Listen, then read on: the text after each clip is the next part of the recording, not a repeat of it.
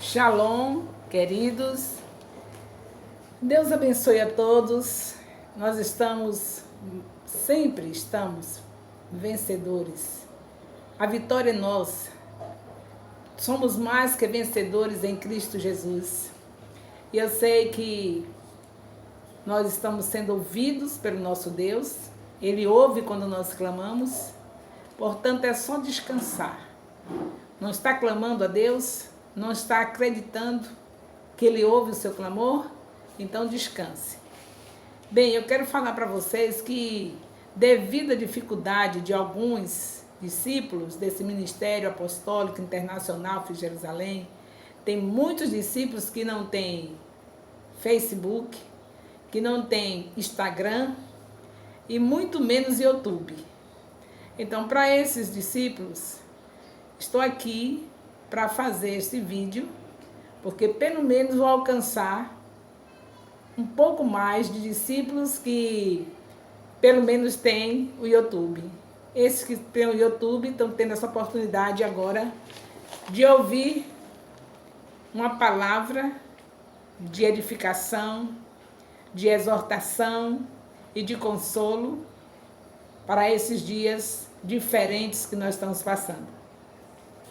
E eu quero lhe falar que os meus horários, para quem estiver ouvindo o vídeo, que tem o YouTube, que tem o Facebook, o meu horário no Facebook é meio-dia. Eu ministro para vocês ao meio-dia. Nós temos uma live no meio-dia, onde vocês podem participar, estar ali comigo, me estimulando com amém, com glórias a Deus. Então, meio-dia no Facebook, para quem eu estiver falando agora que tem Facebook. Pela manhã, no Instagram, 6 horas da manhã, já é o nosso culto matutino. Já na esperança que quando os templos se reabrirem, nós estaremos no matutino com vocês. Por enquanto, ainda aqui no Instagram, todos os dias, de segunda a segunda, no horário das 6 horas da manhã, nosso culto matutino. E nosso culto vespertino, ou seja, o culto ao pôr do sol, às 18 horas, também no Instagram. 18 horas no Instagram. Culto vespertino, culto do pôr do sol, e às 6 da manhã, culto matutino, onde nós sabemos que o Senhor, na sua palavra, deixou escrito que Ele ama os que amo os que me amam e os que me buscam na madrugada me encontram. Então você que já tomou posse dessa palavra de Provérbios 8:17, esteja comigo no matutino, 6 da manhã no Instagram. E você que gosta do pôr do sol, que se deleita em agradecer a Deus pelas 24 horas que o Senhor entregou de bênçãos, de maravilhas, esteja comigo no Instagram às 18 horas. Mas nesse momento eu quero trazer uma palavra para vocês no livro do profeta Jonas. É Jonas, capítulo 1, a partir do versículo 1 até o versículo 17. Livro do profeta Jonas, capítulo 1, do versículo 1 até o versículo 17. Eu quero falar um pouquinho para vocês em relação a cidade de Nínive, tão conhecida nessa história. Nós sabemos que Jonas recusou a ir a Nínive, profeta, fujão, assim como eu e você. Então ele recusou. E eu quero dizer por que ele recusou. Nós somos fracos, né? Já foi comprovado, eu já ministrei sobre isso, que nós somos fracos. A nossa fortaleza é o Espírito Santo. Mas quando a gente não ouve o Espírito Santo, aí se apresenta a nossa fragilidade. Então, nesse caso aqui, se apresentou a fragilidade de Jonas. Quando ele viu a situação de Nínive, Nínive é uma cidade da antiguidade, ela foi fundada por Nimrod, e você que tem me ouvido falar no Shabat, passei anos falando de Nimrod no Shabat, sempre tocando nessa tecla, para que você entenda a razão de tanta idolatria em cima da terra. Começou com este homem chamado Nimrod, lá em Gênesis capítulo 10. Então, Nínive foi uma cidade fundada por Nimrod. Esse homem que nós encontramos a história dele em Gênesis 10, Gênesis 11, ele foi bisneto do querido Noé. Para você ver, Noé teve um neto que fundou a idolatria em cima da terra, que oficializou a idolatria em cima da terra. Então é isso. Então quando Jonas viu a situação dessa cidade chamada Nínive, fundada por um idólatra chamado Nimrod, ele foi que causou essa confusão toda da Torre de Babel, e daí em diante ele fundou a Babilônia, que é a mãe de todas as falsas religiões. E fundou também a cidade de Nínive e tantas outras cidades. Você sabe mais ou menos como era o costume de Nínive, as tradições, os costumes de Nínive? Se você pesquisar, você vai ver. Era terrível. Então, Jonas não rejeitou a ser missionário em Nínive. Não foi por pouca coisa, não. Foi por muita coisa mesmo, mas só que nós sabemos que por mais que esteja um perigo em nossa frente, mas se o nosso Deus manda, Ele garante. Então, o problema de Jonas não foi que foi uma coisa fácil, que era tão fácil em Nínive, mas ele devia reconhecer como um profeta que Deus estava mandando para Nínive e que ele estaria com ele. Deus nunca enviou alguém para não ir com ele. Ele sempre está conosco. E o que aconteceu? Por enquanto, você só está sabendo, estou procurando mostrar para você o porquê que Jonas se recusou. Era uma cidade fundada pelo Nimrod, maldita, e Nínive era uma cidade tão maldita que ele pegava as crianças, os pais pegavam seus filhos e queimavam. E adultos, nas suas rixas, nas suas confusões, tirava a pele um dos outros e colocava no sol a pessoa viva para ser tostada ali, tirado a pele, como se fosse um animalzinho irracional. Então havia muita perversidade lá em Nínive.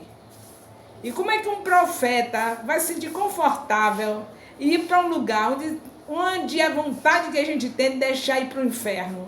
Qual é a pessoa que vai ver seres humanos queimando seus filhos, esfolando pessoas, colocando no sol, a pessoa viva e fica ali no sol até acabar de tostar todo no sol, como se fosse uma carne, assim, de carne de boi, qualquer carne que se quisesse tratar assim no sol, assim faziam com os humanos em Nínive. Tem algum profeta que se sentisse confortável de ir em um lugar desse? Mas o que eu quero deixar bem claro, que o nosso Deus, Ele tem sempre uma chance para nós. E por que nós não darmos uma chance também para os outros? Você acha que Jonas não tinha falhas, mesmo sendo profeta? Tinha. E por que ele estava se achando no direito de não perdoar Nínive?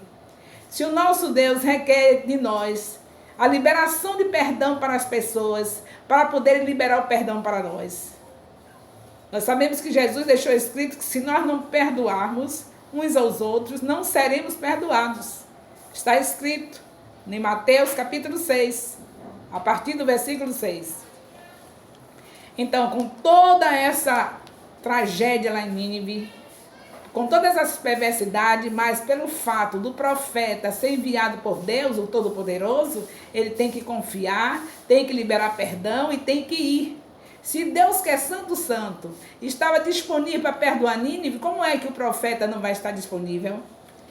Pois era essa a situação.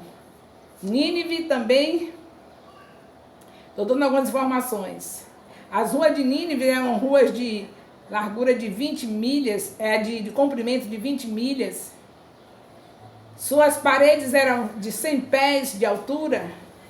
Ela foi a capital da Síria. Então você já está vendo qual é a situação de Nínive aqui. Agora, eu quero saber como é que está a situação da sua cidade. Está parecida? Tem muita promiscuidade? Tem muita imoralidade sexual? Tem muitas pessoas fazendo mal um para os outros, destruindo pessoas, matando pessoas? Ou será que sua cidade está maravilha? Ou você está considerando a sua cidade semelhante a Nínive? Se você está considerando, não se esqueça, você é o profeta desse lugar. Porque nesse tempo o Senhor tem muitos profetas. No tempo de Jonas, tinha Obadias, tinha Abacuque, tinha profetas, e ele achou assim, eu acho que ele pensou desse jeito. Tem tantos profetas, Deus achou de mandar logo a mim? Estou fora. Pelas atitudes dele, ele mostra que ele pensou desse jeito. Logo eu que vou levar mensagem de salvação para uma cidade idólatra, uma cidade perversa, logo eu? Eles que se dane.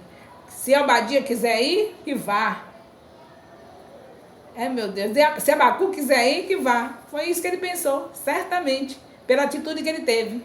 E pela minha atitude, você já notou que eu estou também fazendo a mesma coisa? Quem quiser que vá. Tem tantos profetas. Nós estamos no tempo de Atos 2,17.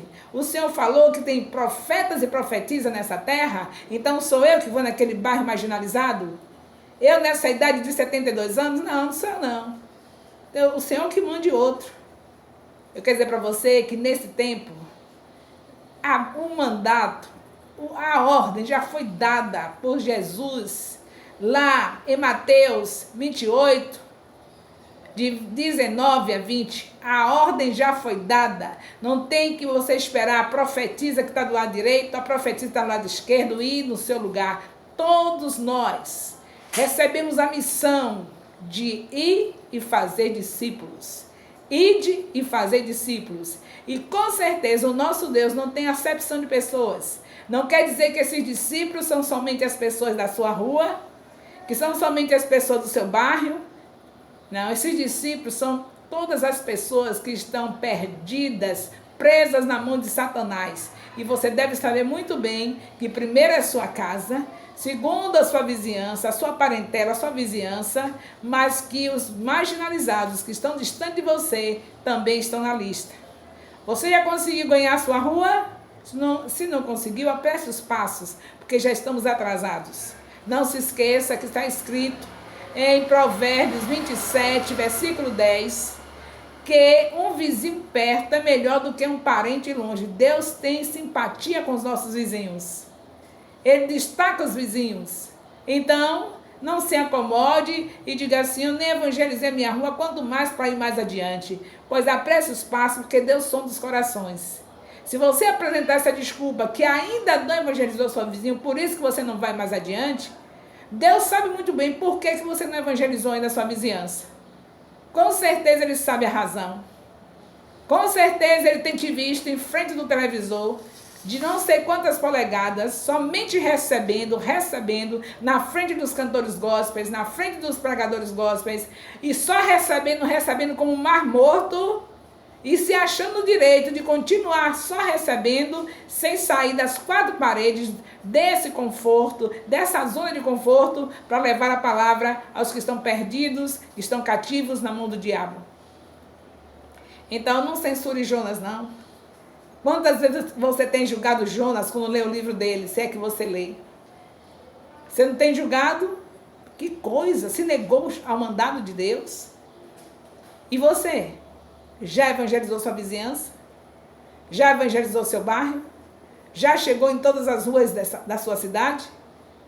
Nós somos os missionários desses últimos dias da igreja na terra. É nesses últimos dias que o Senhor diz, estou derramando do meu Espírito sobre toda a carne. Então é no poder do Espírito que você vai agilizar em nome de Jesus. Depressa, porque Jesus Cristo está na sua segunda vinda, já está chegando. Nós já ministramos sobre isso.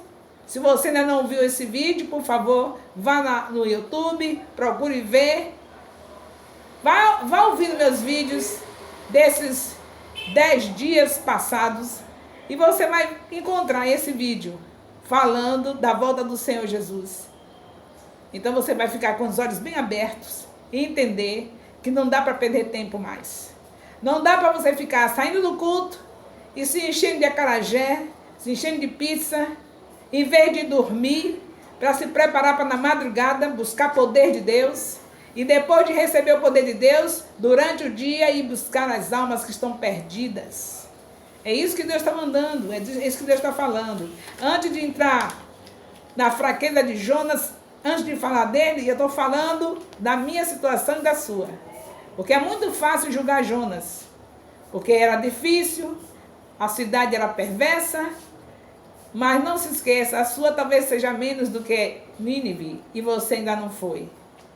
E você está se julgando tal, porque está em frente do televisor assistindo cantores gospels. Quer dizer para você, não tenho nada contra cantores gospels, mas lá essa é a missão deles. A sua é evangelizar. Logo que eles estão evangelizando através da internet, louvando, adorando a Deus, e você vai ficar também parado, né? E quem vai evangelizar? Aí cada qual procurando seu comodismo, deixe eles lá na internet, deixe eles lá no YouTube, louvando, fazendo o que Deus chamou ele para fazer, que é ser um levita, para as pessoas incrédulas. Você é um servo de Deus, você vai pelo caminho adorando, vai na direção dos bairros onde estão as ovelhas perdidas de Israel, vai adorando pelo caminho, porque o Espírito Santo tem muitos cânticos lindos para colocar na sua boca, independente de você estar na frente do televisor. Você tem o mesmo Espírito que aqueles cantores têm. Agora, eles têm o dom, mas você não tem, mas tem o Espírito Santo. Você vai cantar do seu jeito, mas vai pelo caminho louvando. Vou para aquele bairro, meu Deus, aquele bairro que eu sei que se o Senhor não for comigo, eu não volto viva. Mas eu sei que no teu nome eu vou conseguir. E aí faz uma musiquinha, não é? O Senhor está comigo, onde quer que eu for. Você vai cantando, os pessoas da música. O Senhor vai comigo, Ele nunca me abandonou. Você vai cantando, os pessoas vão te entregando. E quando você pensar que não, você já está lá. E você vai chegar justamente na hora certa, onde tem alguém preparado para matar alguém, onde tem alguém preparado para tirar a vida, porque é nesse lugar, nas ovelhas perdidas, que nós temos que ir. Porque Deus falou através de Jesus Cristo, seu Filho, que Ele veio buscar e salvar o que se havia perdido. Então, mãos a obras, os bairros da sua cidade estão aí esperando. Em nome de Jesus, levanta e anda, porque já resplandeceu a sua luz. Jesus Cristo já te fez luz. Você é a luz do mundo. Não pode ficar acomodado desse jeito, não. De jeito nenhum. Então, agora que você já sabe que Jonas tinha suas razões de rejeitar ir para Nínive, mas razões no plano material, mas no espiritual, nem eu, nem ele e nem você tem razões se olhar pelo lado espiritual. Porque o poder de Deus está dentro de nós. E seja o que for de desafio que Deus nos entregar, nós estamos capacitados pelo seu Espírito para enfrentar. Então, mãos a obras em nome de Jesus. Quer dizer para você que quando você chega nesse nível, vai acontecer um avivamento. Quando nós chegamos nesse nível, vai acontecer um avivamento. Você vai interromper, você vai estar sendo bloqueio para o avivamento acontecer? Hoje na sua cidade, se você fizer isso, o avivamento vem. Se você não se negar a pregar o evangelho, o avivamento vem. E com o avivamento, você sabe muito bem que nossa história muda.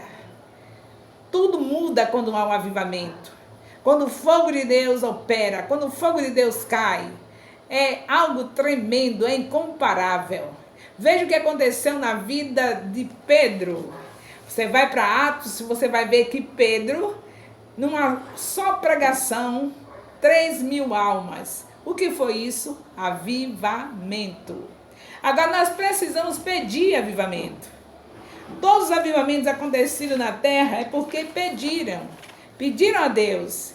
Quando o avivamento chegou em Atos 2, que é o avivamento da segunda aliança, que marcou o início da igreja, quando ele chegou, não se esqueça que tinha discípulos há 10 dias no cenáculo, esperando em Deus, adorando, orando, buscando a face dele, esperando no Senhor. Ali veio o avivamento. Vem o avivamento quando você para e pede, porque só tem avivamento se Deus mandar. Porque o fogo vem de lá, vem dele. O aquecimento vem dele. Ninguém é corajoso para pregar o evangelho, nem frieza, morno.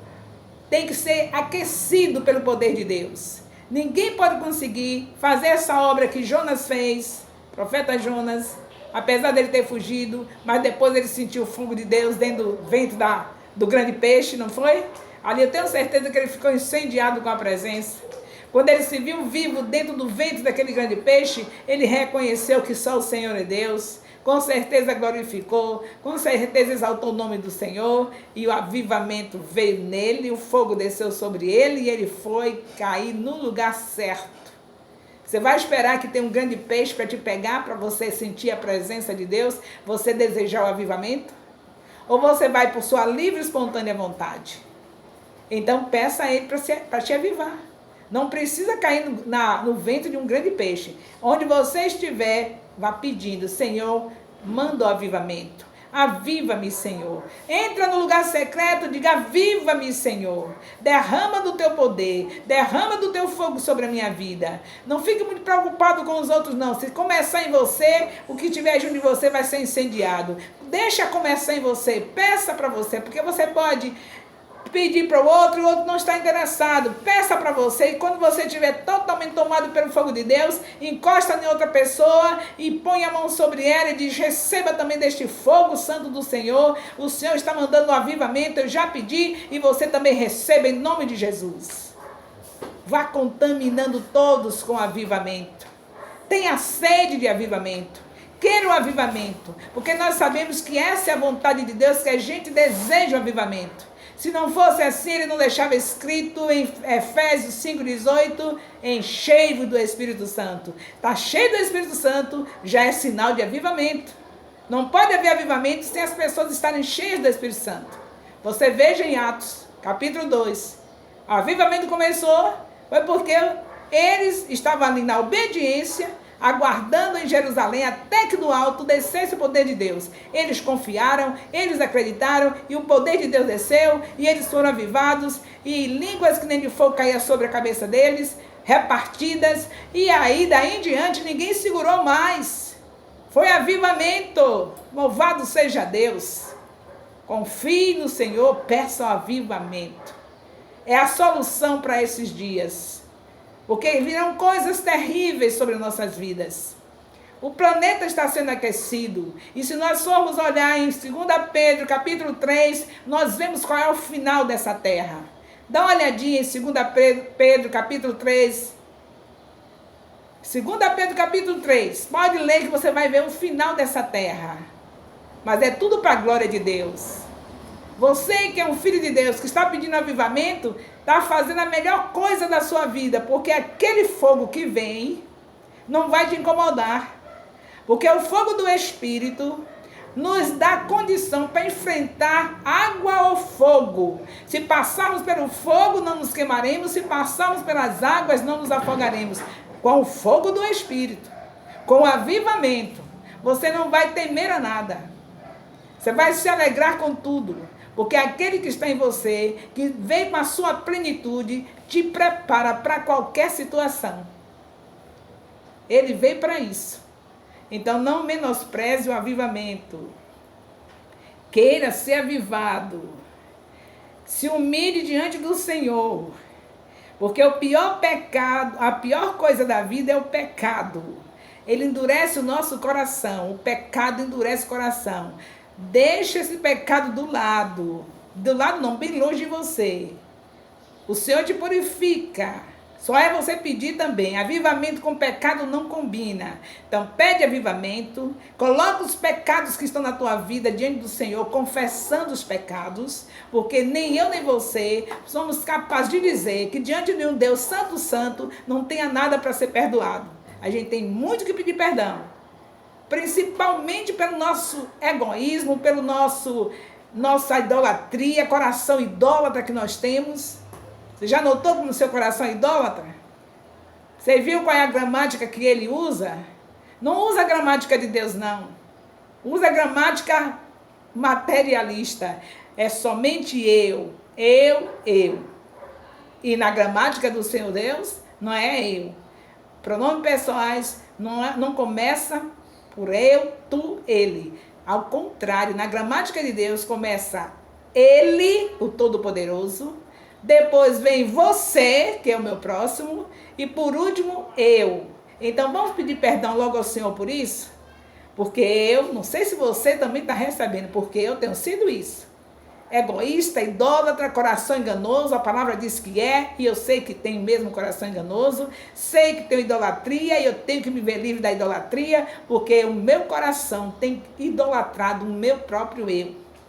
Eu, na minha casa tem que ser assim, tudo que eu mandar fazer tem que ser feito do meu jeito, chego no templo, eu tenho que estar no destaque, tá vendo que sou eu? Onde eu chegar, sempre eu.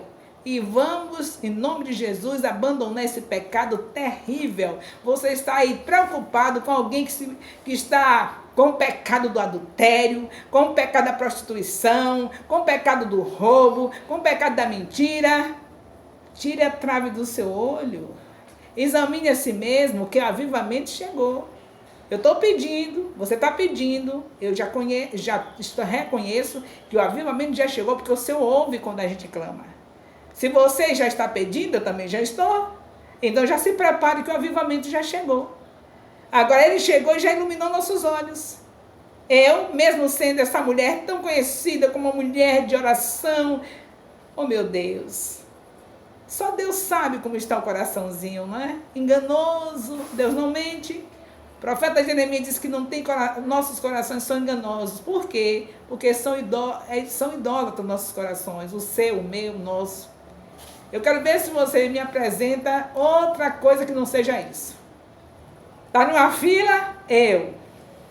Tudo é eu, não é verdade? Então vamos pedir perdão ao Senhor, que já entramos no avivamento dos últimos dias da igreja na terra. Tenha certeza disso. Se você não estava pedindo, peça, aviva-me, Senhor. Aviva-me, Senhor. Pode pedir, porque eu tenho certeza que o Senhor está com esse propósito de fazer um reboliço na terra. O avivamento que nunca foi visto. É a igreja do Senhor Jesus, que está recebendo do Senhor o avivamento tão badalado, tão falado de Atos 2:17. Aviva-me, Senhor. Tem um preço, né? Eu acho que nós podemos colocar o tema dessa ministração. Quanto custa o avivamento? Vamos colocar esse tema, que eu nem falei de tema no início. Quanto custa? Quanto custou para Jonas? Custou um preço alto, não foi? Ele teve que ir para a boca do grande peixe, para o ventre. Foi um preço alto, mas valeu a pena? Valeu. Dos bichos aos seres humanos, todos tiveram que ficar no arrependimento. Até os animais, eles foram tão radicais, porque também eles eram radicais no mal, não é? Os ninivitas tiveram que ser radical também no quebrantamento. Se humilharam, até os animais eles colocaram para ser humilhados. Se humilharam, que avivamento! Isso é avivamento, quando as pessoas se arrependem, quando as pessoas se quebrantam, quando as pessoas choram diante de Deus, se humilham diante de Deus, isso é avivamento. Mas tudo porque alguém pediu avivamento. Teve alguém que pediu. O nosso Deus, quando ele mandou Jonas ir, com certeza ele já estava estimulando a Jonas a pedir. E eu tenho certeza que no ventre do grande peixe, ele não deixou de dizer, Senhor, aviva-me. Porque agora eu sei que se eu chegar lá, eu vou conseguir cumprir a minha missão. Aviva-me, Senhor.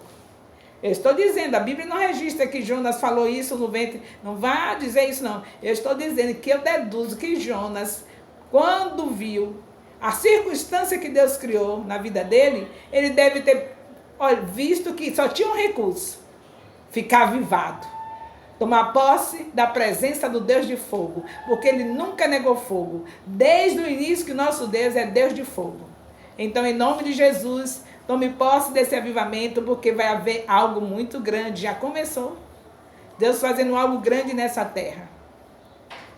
E eu quero dizer para você que tem uns gravetinhos, né, que a gente coloca na fogueira. Não perca Tempo não. Não pense que você pediu avivamento, o avivamento chegou, você está começando a sentir a presença de Deus, está começando a ser aquecido, tem fogo nos pés, tem fogo nas mãos, fogo na cabeça, você está incendiado, ficou empolgado, que emoção, Deus me tomou, Deus tá aqui comigo, fazendo algo grande em mim, que reboliço é esse, o Espírito Santo está borbulhando, que coisa gostosa, como está bom, eu pedi, Ele me deu, o avivamento chegou em minha vida. Aí agora você pensa que já está tudo resolvido? Você tem agora que ficar todos os dias recebendo manazinho para manter o avivamento. Eu quero dizer, na verdade, que não tem fogo sem lenha. Tem que ter lenha para poder o fogo permanecer. Então não se esqueça de colocar os gravetos, que são a palavra de Deus. Todos os dias tem que ter palavra. O Espírito Santo te incendeia pela palavra. Ele trabalha com a palavra. Ele se alegra na palavra. E Ele ministra em nossas vidas pela palavra. Não se esqueça que a palavra é fundamental. No princípio criou Deus os céus e a terra. E foi tudo com a palavra. Palavra. Então, tem que ter graveto. Graveto, você pode considerar que são os gravetos. Eu não estou falando aquela lenha pesada. Basta um versículo da palavra de Deus a cada segundo. Vendo assim a mente. Para isso você precisa fazer leitura diariamente da Bíblia. Porque aí você vai gravando, você vai decorando, você vai assimilando. Você deixa passar da cabeça para o coração. Ela fica por inteiro em você. Totalmente assimilada. Você meditando de dia e de noite. E o que acontece? Eis aí a maneira de manter o avivamento. É o graveto, palavra de Deus. Eu já não estou falando de uma lenha pesada. Basta um versículo da Bíblia a cada minuto, a cada segundo. Lavando os pratos, um versículo da Bíblia saindo dos seus lábios. Varrendo a casa, um versículo da Bíblia saindo dos seus lábios. Saindo no portão, um versículo da Bíblia. Inclusive falando com seus vizinhos pela própria palavra. Falando para os vizinhos que Deus é com eles. Que Deus está trazendo a salvação através de Jesus para eles. Aí você diz logo, Jesus é o caminho, a verdade e a vida, e ninguém vai ao Pai senão por Jesus, meu vizinho, minha vizinha. O tempo todo com a linguagem de filho de Deus, incendiado pela presença, de filho de Deus avivado, que não tem outra linguagem para os filhos de Deus avivado que não seja a palavra. E aí não vai apagar o fogo. Oração, outro tiçãozinho, outro graveto. Oração.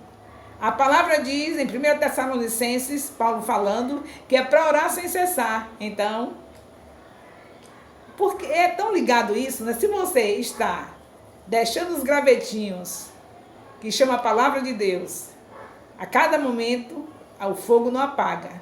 Agora você note que benefício é você estar com os gravetinhos, que é a palavra de Deus, para continuar o fogo incendiando a sua vida.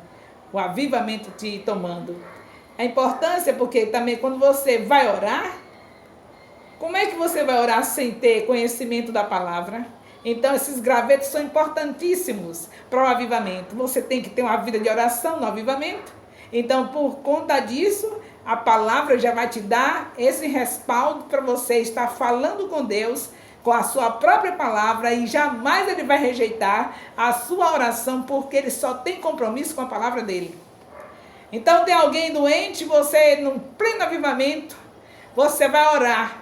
Mas como você está meditando a palavra, está deixando o fogo sempre, constantemente aceso, com o graveto da palavra, que é a palavra de Deus, aí o outro graveto, que é a oração, que está também fazendo manter o avivamento, é desse jeito. Você orar pelo doente, você não vai falar o que você quer. Você vai dizer que o Senhor Deus, Ele cura toda doença e toda enfermidade, como está escrito em Mateus 10:1. E aí o fogo vai aumentando, o avivamento vai aumentando, porque você não fala de si mesmo, você fala a palavra de Deus, porque você não ora o que você quer, você ora a palavra de Deus. Então olha o avivamento. O avivamento, queridos, é esse o tempo. Então tem um outro graveto, que é o graveto da comunhão. Eita, meu Deus, como é bom ser avivado, hein? Olha os gravetinhos. Não pode deixar sem esses gravetos, senão o fogo apaga. A comunhão, não se ausentar do culto. Comunhão com os irmãos, comunhão com Deus. Você não pode estar bem com Deus sem estar bem com todos. Você sabe muito bem que esse amor tem que estar reinando em nossas vidas. Deus derramou o amor dele em nosso coração. Romanos 5:5. Então, se eu tenho amor, eu tenho que ter amor à minha família, tenho que ter amor ao povo de Deus, aos meus irmãos. Como é que eu tenho amor aos meus irmãos? Eu passo uma semana inteira, só vou na casa de Deus no domingo. E olhe lá, olhando para o relógio, está terminando o culto.